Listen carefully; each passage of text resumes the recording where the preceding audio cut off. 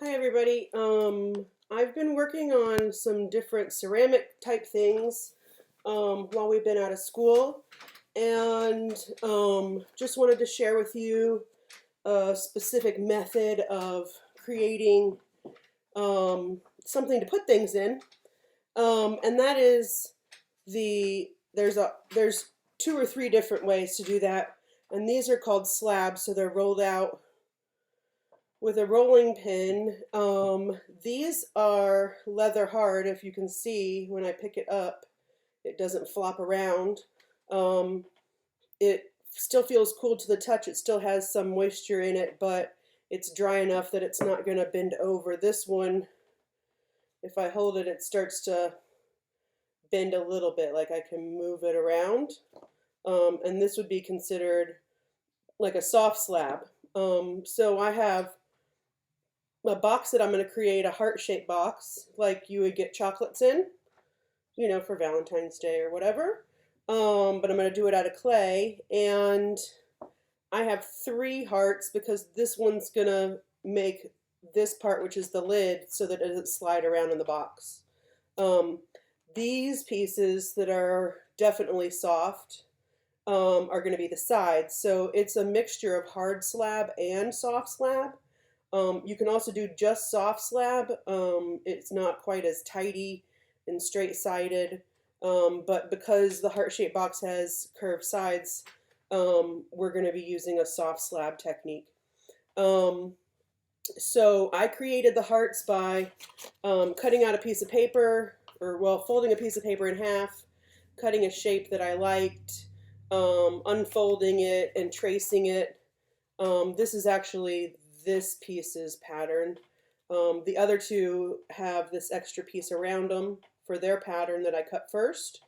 And then I realized that my lid wasn't going to work the way I would normally do it, and so I needed something to hold it in place so it doesn't slide around. So I used a compass and traced about the thickness of the slabs that I have to see if that'll work.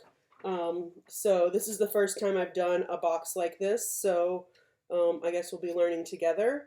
In order to attach anything to anything with clay, um, as long as it's not like super wet, and even then I still recommend it, you need to use clay glue, which is what I call it in class, but it's also called slip.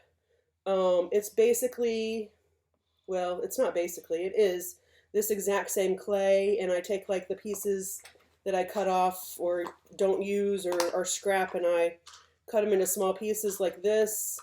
Oftentimes I let them dry out so I can get them into smaller pieces by breaking them up, and then I add enough water to get it to the consistency of, I don't know, thicker than a melted milkshake, um, but still liquidy.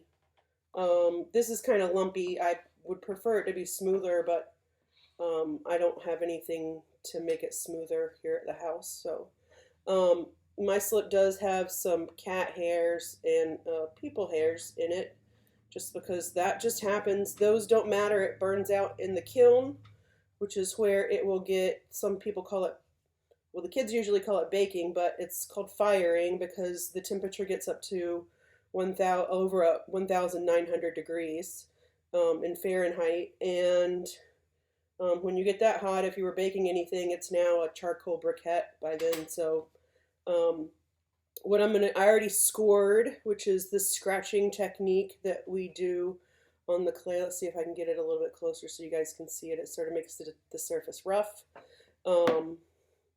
And so I've already scored that. I was careful on this one, trying not to get all the way to the edge, and I measured carefully for that. And now I'm just going to put my slip on here, kind of like buttering bread, but we're going way thicker. Then hopefully you're eating butter on your bread this thick is not a good idea. But anyway, so I'm going to put my slip on and get it all the way out to the edges. I personally like to put slip on both sides so that I'm creating less chance of an air pocket. So it also kind of makes more of a mess. So I don't know. I don't know if everybody does it that way or if it's just me. But I haven't taken a ceramics class in a long, long time. So I haven't got to experience what other people are doing as well. So that sounds like something I probably need to do soon. Anyway, so I'm going to butter both with my slip, and then so I made sure to slip specific sides so that they would fit. I dry fitted them before. I scored everything so I'd score the right size because these are not perfectly symmetrical. And I'm going to place it on here, and I think I'd like to have some newsprint underneath. If you put something underneath your pieces, I already have a canvas covered board here, but if you put like newsprint underneath your pieces, then you can move the pieces without touching them as much, which means that they're going to stay nicer looking. So I want to get it so that it's perfectly where I want it. And then I'm going to start from the inside out and press down. And that is specifically because I've got two big slabs that I'm putting together, which is kind of a rare occurrence. And see, I put a whole bunch of slip and you can see that it's gushing out the side like a big sloppy peanut butter sandwich. But that way I ensure that I don't have air bubbles, and that's why we start from the inside and work our way out.